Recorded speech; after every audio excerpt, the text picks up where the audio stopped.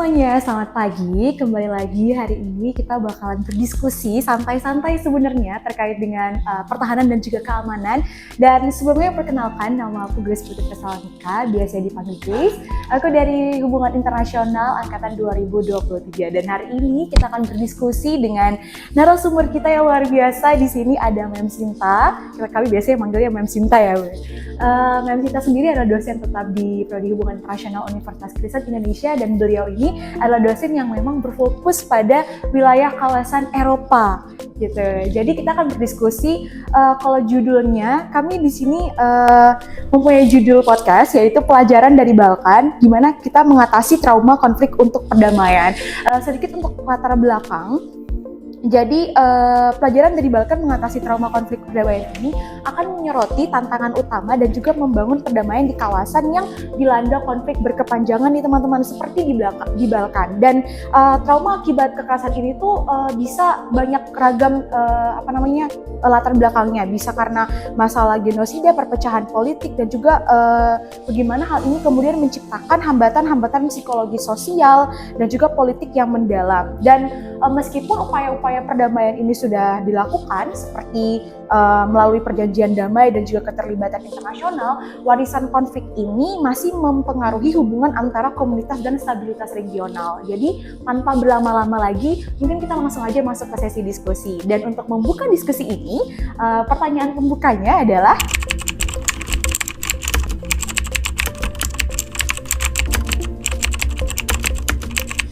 sebenarnya ini kan kita pengen ngomong-ngomong tentang perdamaian ya. Iya, sebetulnya ya. Dan memang konflik, perdamaian, perang itu kan memang isu HI yang sudah ada sejak lama ya. Makanya kenapa ilmu hubungan internasional itu kemudian tumbuh dan berkembang sampai sekarang. Jadi kalau kalian belajar perdamaian itu artinya akan menghadapi isu-isu yang akan terus ada, ya, akan kita hadapi. Nah, kebetulan topik kita sekarang adalah kan mengenai Balkan. Ya, Balkan itu teman-teman nanti bisa melihat di peta, itu adalah di bagian Eropa Tenggara, sebenarnya agak selatan gitu ya. Kalau ini Italia itu ada di daerah sebelah timurnya. Nah, itu memang ada beberapa negara di sana ya. Pertama-tama dulu memang Yugoslavia itu masih negara yang utuh gitu ya. Tapi kemudian terjadi perpecahan karena masing-masing ingin mendirikan negaranya sendiri. Nah, kalau bicara mengenai Balkannya sendiri, ya sebetulnya kita harus balik agak ke belakang nih ya, secara historis dulu gitu ya. Jadi itu kan memang sebetulnya kawasan yang multikultural sebetulnya. Ya. Kemudian Utsmaniyah masuk, ya, Islam masuk untuk menguasai. Dan berhasil ya, selama beberapa lama itu mereka bisa menguasai. Ketika mereka mulai melemah, negara-negara itu kemudian mulai juga ingin memperlemah ya, ingin mendapatkan kembali kekuasaannya. Nah, mereka lalu berusaha, lalu itulah yang kita sebut dengan Perang Balkan I. Ya, Perang Balkan itu 1912 itu sebetulnya ingin mengusir ya yang mereka anggap sebagai penjajah, sebagai penguasa. Ya, Utsmaniyah Islam ya, kemudian setelah tersingkir aliansi ini ya, aliansi negara-negara Yugoslavia ini kemudian malah tidak terlalu kompak ya, artinya mereka malah semacam pecah kongsi gitu ya, karena ingin mereka nah itu kemudian memunculkan lagi Perang Balkan II waktu itu 1913. Nah, sesudah itu memang lalu masih terjadi berbagai konflik di antara mereka sendiri ya, pasca kekuasaan itu. Nah, lalu ada Perang Dunia Perang Dunia Pertama ya. Perang Dunia Pertama itu juga berpengaruh ya sebetulnya terhadap kawasan itu. Jadi apapun yang terjadi di kawasan Eropa sebetulnya itu berpengaruh terhadap kawasan Balkan ya. Makanya sering disebut dengan balkanisasi, karena balkanisasi itu artinya adalah perpecahan, pemisahan gitu ya, semacam itu dari kekuasaan yang sentralistis. Nah, kalau kita bicara mengenai, sekarang mungkin kita bicara mengenai sesudah Perang Dunia Pertama ya, itu masih ini, kemudian terjadi Perang Dunia Kedua juga ya kan, 45, tapi kemudian masih ada lagi krisis ya, Yugoslavia itu 1991 sampai nanti 1995 dengan diisi dengan berbagai perjanjian-perjanjian perdamaian, usaha-usaha perdamaian ya. Kita bicara konflik dulu baru kita bicara perdamaian ya. Iya, betul. Nah itu sih sebetulnya ya. Jadi kalau tadi kita kembali ke pertanyaan soal Yugoslavianya, itu pada dasarnya titik perpecahan itu adalah ketika dimulai breakout dari Rusia. Jadi Rusia pecah. Sebetulnya Yugoslavia sendiri sudah punya pemimpin yang sangat kuat, Joseph Tito namanya. Tapi Joseph Tito ini adalah sebetulnya seorang yang tidak terlalu mengarah ke timur, tidak terlalu mengarah ke barat juga. Dia punya sebuah standing sendiri ya, yang sangat kuat, dan dia punya juga karakter leadership yang sangat bisa mempersatukan. Sehingga itu sebetulnya adalah era-era komunisme ya. Tetapi Joseph Tito bisa membawakan itu ya, meskipun sentralistis, tetapi bisa menciptakan sebuah stabilitas. Itu sebetulnya intinya di sana. Nah, breakout-nya terjadi setelah Joseph Tito tidak ada, selesai dia berkuasa. Unsur pemersatu dari seorang presiden yang sangat kuat itu melemah ya. Jadi ini ada faktor leadership juga sebetulnya. Ya mungkin seperti itu ya, cara ini ya. Memang kalau misalkan kita melihat konflik seperti peperangan dan segala macamnya itu tuh tidak jauh-jauh dari national interest masing-masing negara gitu kan.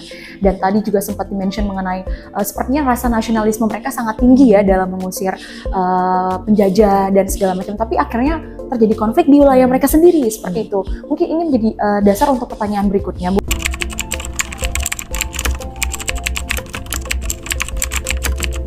Ya kita nggak bisa mengatakan nasionalismenya ansih ya, nasionalisme itu saja. Karena pada dasarnya mereka itu sebetulnya sudah plural sebetulnya sebelumnya. Kemudian kita bisa bayangkan ketika masa-masa komunisme itu terjadi sentralisasi. Jadi semua yang berbeda tentu saja direpress, tekan. Nah sekarang Anda bisa bayangkan kayak seperti Indonesia ini dengan berbagai macam etniknya, kemudian seperti pada zaman Soeharto misalnya, kemudian direpress, kan di bawah permukaan tetap ada itu ya, sentimen-sentimen etniknya kan tetap ada, etnik kemudian berkait dengan agama ya, sentimen-sentimen itu masih tetap ada. Nah ketika komunisme semua itu ditekan, masih cukup kuat ya, tetapi ketika komunismenya itu sendiri pecah di Uni Soviet, Rusia, itu kemudian seperti apa ya, seperti kekuatan yang sudah lama ditekan kemudian keluar ya, meletus ya, ya kalau kita repress kan lama-lama dia punya jalan keluar. Nah tetapi kan kita tidak bisa prediksi keluarnya akan seperti apa ya kan. Nah jadi kalau kita katakan semata nasionalisme, iya ada, tetapi juga ada etno-nasionalisme, semacam nasionalisme yang came along with the ethnic ini, tapi juga ada religionnya, ya. Tapi juga ada ambisi leadership, kepemimpinan, orang ingin berkuasa kan, sudah lama tidak punya kesempatan menyampaikan sesuatu gitu ya. Kemudian juga ada semacam rasa terancam juga ya, bahwa mungkin nanti dengan berbagai kekuatan ini saya tidak bisa eksis gitu, juga ada seperti itu. Jadi saya kalau melihat ini ada semacam nasionalisme yang ekstrim, ada semacam pasca komunisme yang sistemnya sudah menekan gitu ya, tapi juga ada, ini kan internal semua. Yang eksternal adalah juga kekuatan-kekuatan luar yang ikut campur di dalam situ. Jadi kalau kita bicara mengenai itu ada dua hal ya, kalau di HI, internal dan eksternalnya mungkin. Mungkin kita beralih pada pertanyaan berikutnya nih terkait dengan ketidaksetaraan ekonomi yang terjadi di Balkan ya. Memang kalau misalkan kita ngebahas ekonomi ya, ada negara yang dominan banget ekonominya, dan negara yang mungkin seperti Balkan yang ketidaksetaraan ekonominya itu masih sangat-sangat lumayan cukup rendah gitu kan. Jadi menurut Mem sendiri nih, pasti ekonomi berpengaruh ya, tetapi kalian harus bayangkan bahwa sejak berapa? kita pernah mengalami resesi dunia ya 2000. Itu mereka sudah mengalami sebenarnya ya. Hampir semua negara juga mengalami seperti itu. Kemudian di bawah komunisme tidak ada demokrasi dan sebagainya, mereka juga udah biasa sebetulnya ya. Posisinya sama ya. Tidak ada orang yang terlalu kaya, tidak ada yang terlalu miskin. Sebetulnya mereka sudah, itu kan bagian dari negara-negara sosialis ya. Jadi ekonomi iya, tetapi menurut saya semua juga mengalami gitu ya. Dan masing-masing juga punya spesifikasi sendiri gitu ya.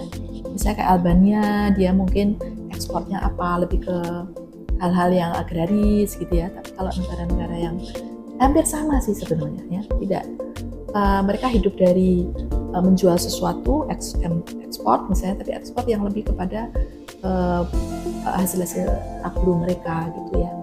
Jadi kalau ekonomi pastilah berpengaruh ya, karena orang pasti ingin hidup layak ya, tetapi sebetulnya bagaimana pemimpin mereka mengarahkan kekuatan-kekuatan sosial yang sedang unstable ini menjadi seperti apa, itu juga berpengaruh. Saya kira itu lebih berpengaruh. Oke, mungkin kita langsung next ke pertanyaan berikutnya nih Bu. Kita kemudian menyinggung mengenai perang Kosovo nih, yang berakhir sekitar tahun 1999 setelah NATO mengebom Yugoslavia itu Bu.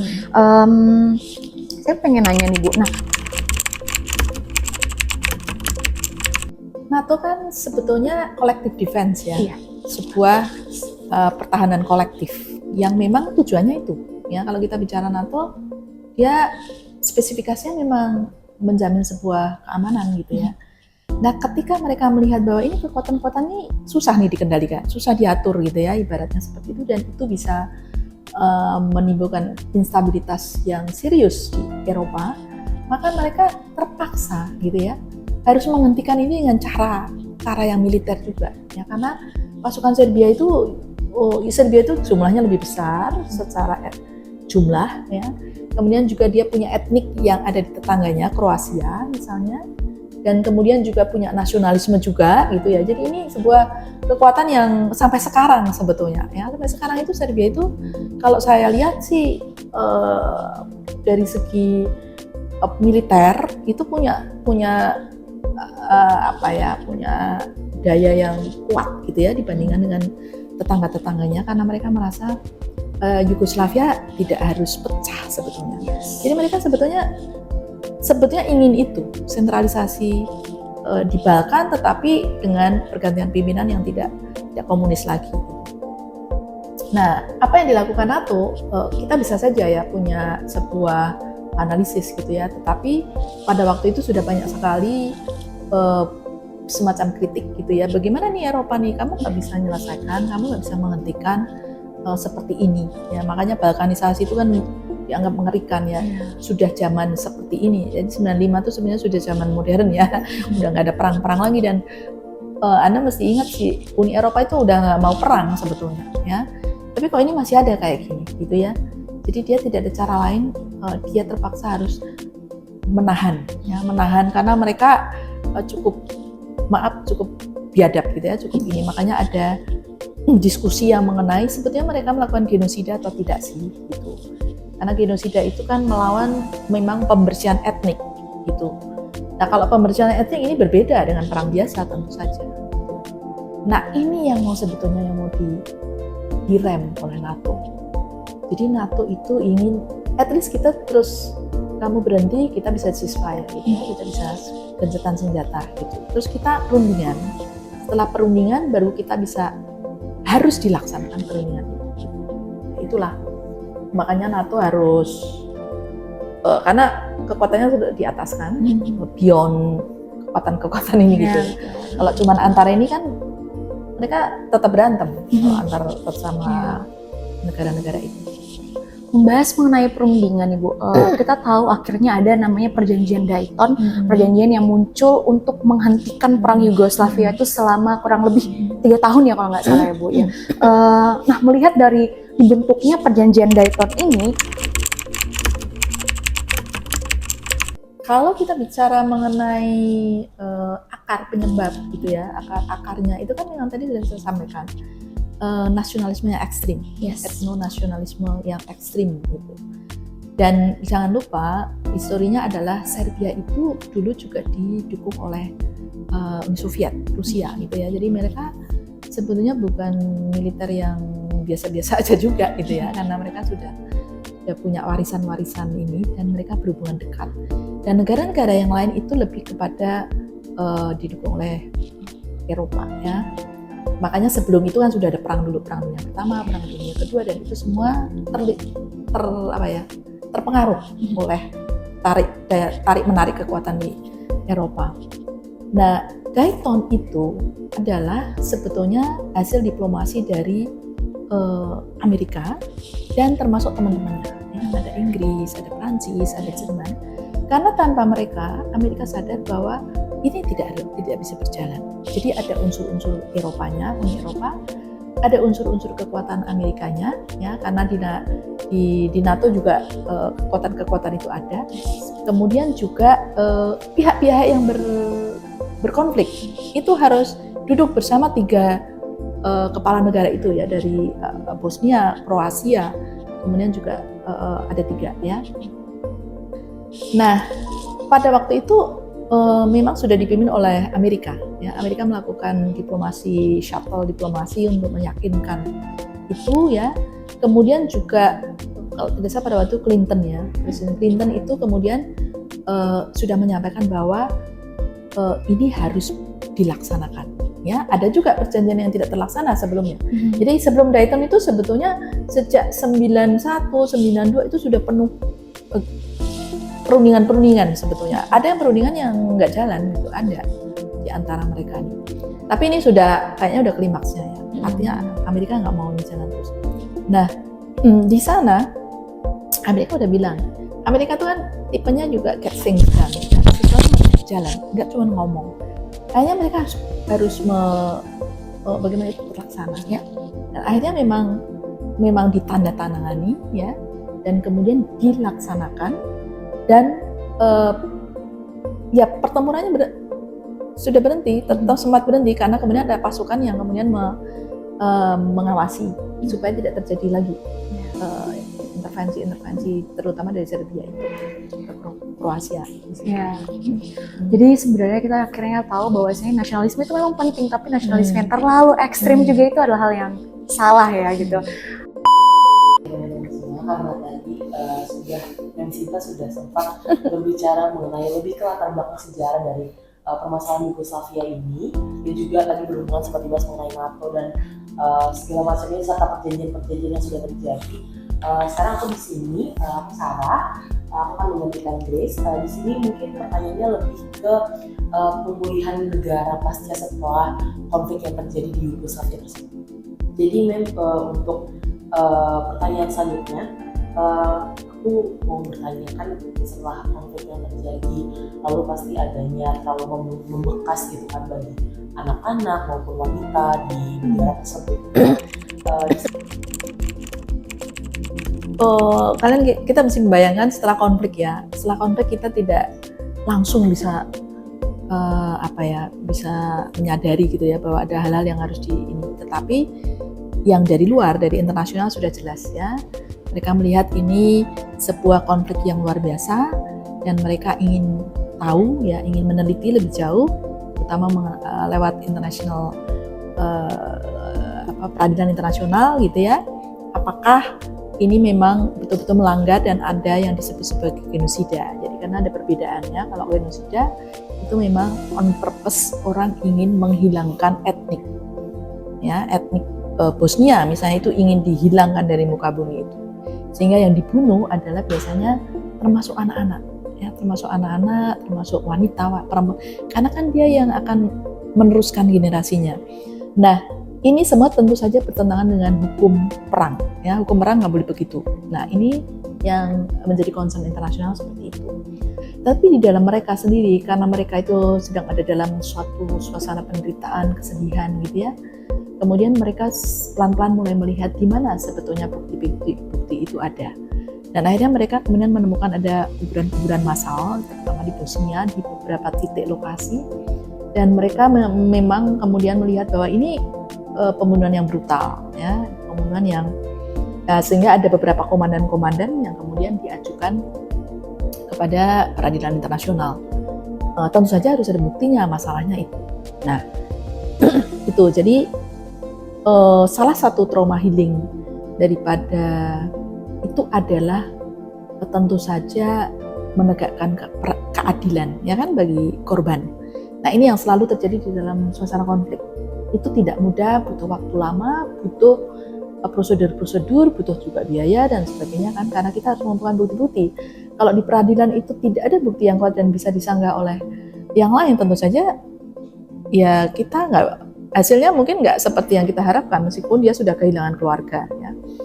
Jadi itu sebetulnya proses yang sangat panjang, ya, sangat panjang dan membutuhkan energi yang luar biasa, ya. Itu saya kira itu. Jadi yang kedua adalah saya kira perang itu juga membutuhkan energi dan melelahkan, ya. Jadi ada saatnya memang mereka kemudian ya sudah terlalu banyak korban, ya kita harus berhenti, ya. Dan sampai sekarang sebetulnya letupan-letupan itu masih ada, ya, terutama misalnya ketika Serbia dan Kosovo, ya, karena Kosovo itu ada di selatan Serbia dan dia sebetulnya ingin melepaskan diri. Dan sekali lagi Serbia itu nggak setuju kalau pada melepaskan diri, itulah masalahnya. Serbia itu ingin Yugoslavia yang utuh, yang kuat, dan dia menjadi leader. Ini sudah mulai nih Kosovo. Nah, ini percikan-percikan itu masih ada, ya, masih terjadi apanya? Ya kalau seperti kita lah, misalnya ada sesuatu kemudian dipolitisasi gitu-gitu, itu masih terjadi. Nah, jadi itu yang situasi yang tidak terlalu ideal, tetapi orang sudah menyadari bahwa kelihatannya tidak boleh lagi seperti kemarin, ya, terjadi balkanisasi.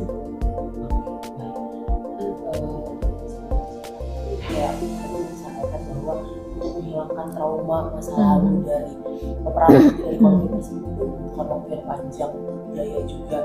Lalu sementara di sisi lainnya masih ada aktor-aktor yang ingin masih memperkuat pertahanan dari Yugoslavia ini sendiri, jadi di sebuah negara yang kuat gitu dan berkuasa gitu. Cuman kita tahu bahwa dari nasionalisme yang ekstrim tadi yang sudah sempat disampaikan Grace, bahwa ternyata nasionalisme yang ekstrim itu berbahaya gitu kan bagi negara itu sendiri. Sebetulnya itu problem kita semua, ya, termasuk juga problem Uni Eropa gitu, ya. Karena Uni Eropa itu seperti kita juga. Uni Eropa itu macam-macam negaranya, ya. Jadi kalau Anda belajar Eropa itu akan sangat berbeda dengan Anda belajar Amerika. Ya, Amerika itu negara yang kemudian melting, kemudian menjadi the United States of America. Tapi sudah melt gitu, ya. Ada orang Belanda datang, orang Inggris datang, orang Skandinavia datang, tapi itu sudah tanah air mereka. Tapi kalau di Eropa itu memang bermacam-macam etnik, ya, ada Slav, ada orang-orang Jerman, ada orang-orang. Nah, itu semua juga mempunyai wilayah-wilayah gitu, ya, negara-negara. Nah, pendidikannya tentu saja dengan berdirinya EU misalnya, di dalam substansi perkuliahan atau pendidikan mereka sudah diajarkan, ya, ketika EU berdiri misalnya, mereka sudah diajarkan juga oleh substansi atau materi mengenai European Union gitu, ya. Artinya kalau kita perang lagi itu kita akan kembali lagi ke masa yang lampau dan kita akan menghancurkan diri kita, ya, karena pada waktu itu Eropa sudah hancur lebur dengan adanya perang dunia pertama, perang dunia kedua, ya. Jadi mereka sudah tidak mau lagi ada perang lagi, tidak mau. Nah, untuk itu, ya, mereka kemudian mendirikan sebuah European Union. Nah, itu besarannya. Nah, bagaimana dengan negara-negara ex Uni Soviet ini? Mereka punya latar belakang yang sedikit agak berbeda, ya, karena ada pengaruh-pengaruh dari timur, ya, komunisme, dan kemudian juga ini. Nah, sebetulnya dengan adanya EU itu mereka jadi melihat gitu bahwa ada model yang bisa loh kita ikuti gitu, kita ikuti. Memang itu liberal, memang itu pembangunan ekonomi dan sebagainya. Tetapi seperti kalau dia lihat komparasi, dia akan melihat mereka akan cenderung ke Uni Eropa karena mereka bisa berkembang, ya. Nah, sekarang ini yang terjadi adalah EU juga sudah mulai, negara-negara Balkan Utara, Balkan Barat itu sudah mulai ada kemungkinankah mereka untuk aksesi gitu-gitu. Nah, salah satu syarat aksesi tentu saja ada macam-macam, ya. Apakah dia demokratis, apakah dia tidak punya konflik yang melanggar HAM dengan tetangganya, apakah dia juga secara ekonomi juga dia oke gitu. Jadi ada banyak poin yang ini. Nah, negara-negara itu ketika mereka menyadari keterbukaan itu, lalu mereka tentu saja akan menunjukkan ya bahwa tidak mungkin lagi kita berkonflik. Karena konflik tidak ada gunanya, terutama juga bagi yang generasi muda. Nah, yang sekarang terjadi adalah mereka mulai membuka diri dan mengundang dunia luar untuk datang ke mereka. Misalnya mereka lihat Bosnia, oh negaranya ternyata bagus, turismenya bagus untuk turisme. Kita bisa menikmati sesuatu yang ini. Nah, itu juga bagian dari keterbukaan itu juga bagian dari membuat mereka tidak hanya fokus pada hal-hal yang sempit ya. Nasional. Dan jumlah penduduk mereka sebenarnya kecil. Jumlah mereka tuh sebenarnya kecil loh, nggak terlalu banyak. Hanya mungkin Serbia yang lebih besar. Kalau mereka perang terus ya habis lah ya orangnya. Itu ya, mereka harusnya itulah pemahaman mengenai itu yang mungkin. Jadi udah ada kesadaran yang lebih maju lagi ya, dibandingkan yang sebelum. Kalau sebelumnya berpikir mungkin perang untuk mendapatkan power dan kekuasaan dan sebagainya, mungkin sekarang lebih kayak gimana cara kita pemulihan dulu, pelan-pelan membangun. Dan sebenarnya bahkan tuh juga lokasinya strategis juga ya. Jadi sebenarnya mereka bisa mengembangkan diri ya, entah ke selatan, ke daerah Turki, entah ke arah utara, ke Eropa Tengah. Sebenarnya mereka punya lokasinya strategis, sebenarnya dia punya kemampuan lebih dibandingkan negara-negara lain itu bisa menjangkau daerah-daerah lain. Dan jumlah penduduknya nggak banyak. Jadi sebenarnya kalau membuat sejahtera itu sebenarnya nggak susah sebenarnya. Masuk dalam pertanyaan dari podcast kita ini. Sebetulnya sudah banyak semacam mekanisme ya di Uni Eropa ya yang untuk melihat gitu ya, misalnya apakah gitu ya ada integrasi di suatu negara gitu ya. Jadi kalau Uni Eropa itu kan selain mereka sudah punya penduduk sendiri yang ada bermacam-macam, mereka kan juga didatangi oleh imigran-imigran karena berbagai situasi ya kan. Jerman dimasukin orang-orang macam-macam, Turki orang ini, kemudian Swedia juga terima orang-orang ini. Nah, mereka sebenarnya sudah membuat sebuah mekanisme untuk melihat sejauh mana masing-masing anggota EU itu meningkatkan tingkat integrasinya gitu ya. Itu sudah ada ukuran-ukurannya sebetulnya. Nah, ukuran-ukuran itu untuk melihat bahwa memang pendatang itu bisa berintegrasi ya, menjadi orang Jerman kah, bisa belajar bahasa Jerman misalnya, bisa bekerja gitu ya, kemudian juga mendapatkan tempat. Kan kita juga banyak melihat ada krisis-krisis ya, soal imigran, soal pengungsi, soal imigran gitu jadi masalah ya. Baik masalahnya itu lebih pada penduduk aslinya juga merasa aduh mengancam nih orang pendatang-pendatang ini gitu ya. Jadi itu lesson-nya adalah apakah ada kebijakan-kebijakan yang sudah dikembangkan terkait dengan integrasi? Adakah kebijakan-kebijakan yang sudah dikembangkan terkait dengan persamaan treatment gitu ya di sekolah misalnya?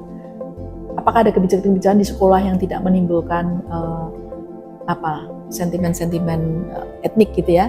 Misalnya di Swedia misalnya gitu ya, di Swedia misalnya, atau di sekolah-sekolah kita kadang-kadang ada tanda kita punya agama tertentu gitu ya misalnya, kemudian atau dia berpakaian pakai hijab misalnya gitu-gitu.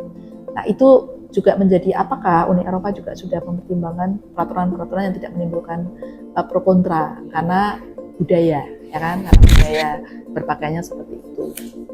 Kemudian juga tentu saja yang tadi saya sampaikan juga sebuah welcoming ya, tangan terbuka untuk kemungkinan bahwa negara-negara Balkan Barat itu juga nanti bisa join di Uni Eropa gitu misalnya itu. Nah, hal-hal itulah yang menjadi lesson learned Uni Eropa. Nah. Kurang lebih segitu banyak obrolan kita terkait konflik dari Yugoslavia yang akhirnya membawa pengaruh yang cukup signifikan terhadap negara-negara sekitarnya. Jadi terima kasih Bu Sinta untuk waktunya yang sudah diberikan. Sama-sama atas kesediaannya untuk hadir dalam podcast kami ini. Dadah. Sampai jumpa.